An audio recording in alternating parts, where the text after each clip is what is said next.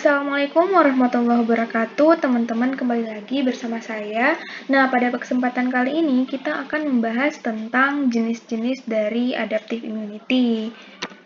Nah, adaptive immunity, teman-teman, itu dibagi menjadi dua. Ada yang humoral, ada yang cell-mediated. Yang humoral ini dimaksud adalah yang terlarut, sedangkan cell-mediated ya yang dimediasi oleh sel gitu.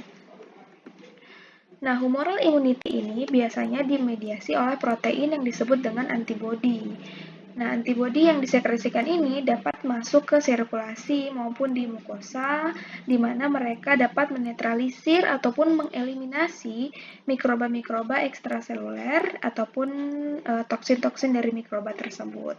Jadi biasanya ini untuk mikroba yang ekstraseluler. Kenapa? Karena jelas saja antibodi dia tidak bisa masuk ke dalam sel, sehingga dia hanya bekerja pada daerah-daerah di luar sel saja.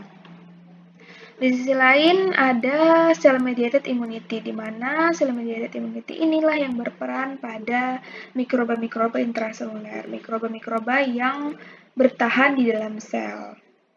Nah, di sini beberapa sel T dapat mengaktifasi fagosit untuk menghancurkan mikroba ataupun nanti melalui mekanisme killing ataupun cytotoxicity. Kita lihat, nah ini. Ini adalah perbedaan humoral immunity dan juga cell-mediated immunity. Meskipun sama-sama adaptif, mereka mempunyai beberapa perbedaan. Seperti mikroba yang direspon itu biasanya humoral untuk patogen-patogen atau mikroba ekstrasel, sementara yang cell-mediated itu intrasel. Di sini intrasel juga itu ada dua, ada yang difagosit, ada yang masuk dengan sendirinya. Nah, yang difagosit itu biasanya patogen-patogen yang harusnya dihancurkan dalam makrofag, namun mereka melakukan escape mechanism gitu. Artinya mereka dapat bertahan, bereplikasi sehingga makrofag butuh bantuan sel lain gitu. Di sini juga contohnya yang secara endositosis sepertinya ini itu biasanya diperhatikan oleh virus.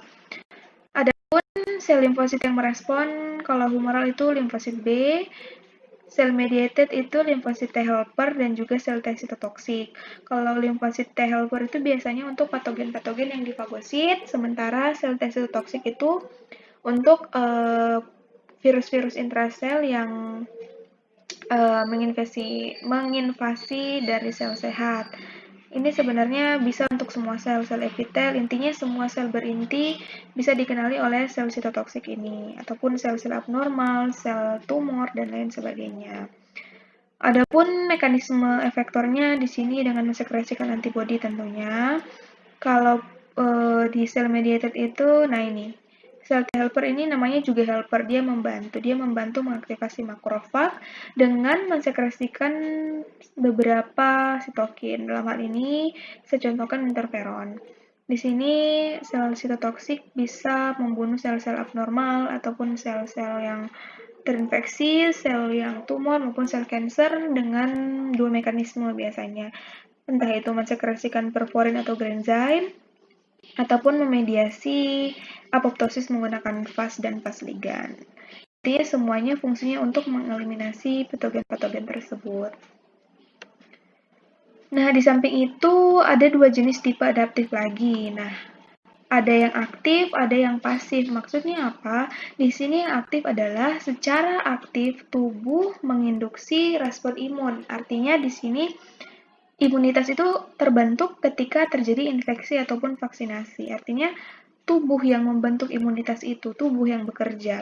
Kalau infeksi di sini atau vaksinasi itu biasanya tubuh mengembangkan yang namanya memori, sehingga ketika ada paparan berikutnya tubuh sudah terlindungi karena sudah terpajan sebelumnya. Artinya secara aktif gitu.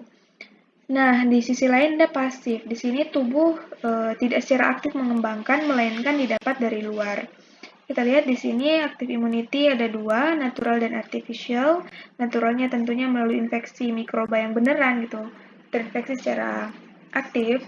Kemudian yang artificial atau yang buatan ini biasanya menggunakan vaksin. Artinya di sini patogennya sudah dilemahkan ataupun hanya berupa toksin yang dimasukkan sehingga tubuh tidak sakit, melainkan hanya mengembangkan respon imun.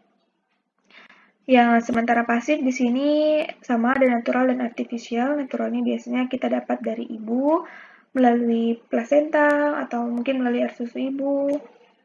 Adapun yang artifisialnya biasanya untuk monoklonal antibody yang spesifik. Biasanya kan yang kayak penyakit-penyakit cancer itu sudah banyak sekarang dikembangkan monoklonal antibody yang mana ketika diinjeksikan ke dalam tubuh dapat membunuh sel-sel cancer tersebut.